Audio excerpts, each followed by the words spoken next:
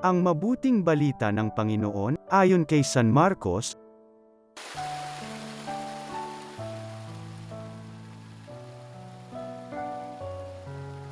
Noong panahong iyon, dumating sina Jesus at ang mga alagad sa ibayo ng lawa, sa lupain ng mga Herasino.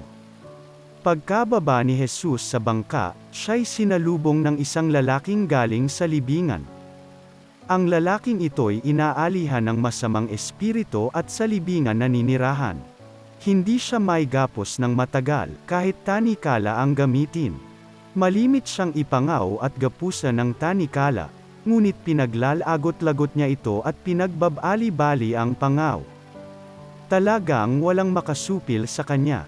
Araw-gabi nagsisisigaw siya sa libingan at sa kaburulan, at sinusugatan ng bato ang kanyang sarili. Malayo pa'y natanawan na niya si Jesus. Siya'y patakbong lumapit at nagpatira pa sa harapan niya, at sumigaw ng malakas, "Jesus, anak ng kataas-taasang Diyos, ano ang pakialam mo sa akin? Huwag mo akong pahirapan, alang-alang sa Diyos." Sinabi niya ito, sapagkat iniutos sa kanya ni Jesus, "Masamang espiritu, lumabas ka sa taong ito." Tinanong siya ni Jesus, "Ano ang pangalan mo?" "Pulutong, sapagkat marami kami," tugon niya. At mahigpit nilang ipinakiusap kay Jesus na huwag silang palayasan sa lupaing iyon. Doon naman sa libis ng bundok ay may malaking kawan ng mga baboy na nangininain. Nagmakaawa kay Jesus ang masasamang espiritu na ang wika, "Papasukin mo na lang kami sa mga baboy." At sila'y pinahintulutan niya. Lumabas sa tao ang masasamang espiritu at pumasok nga sa mga baboy. Ang kawan, na may 2,000, ay sumibad ng takbo tungo sa pampang ng lawa, nahulog sa tubig at nalunod. Nagtatakbo ang mga tagapag-alaga ng kawan at ipinamalita ito sa bayan at sa mga nayon.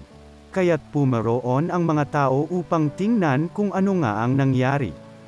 Paglapit nila kay Jesus ay nakita nila ang lalaking inalihan ng mga demonyo.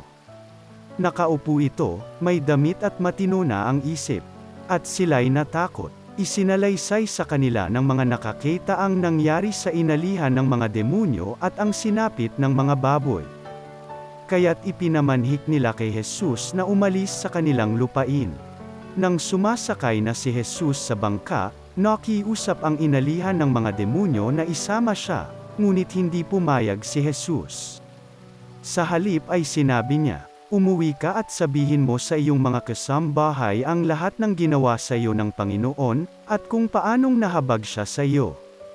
Umalis ang taong iyon at ipinamalita sa Decapolis ang ginawa sa kanya ni Jesus.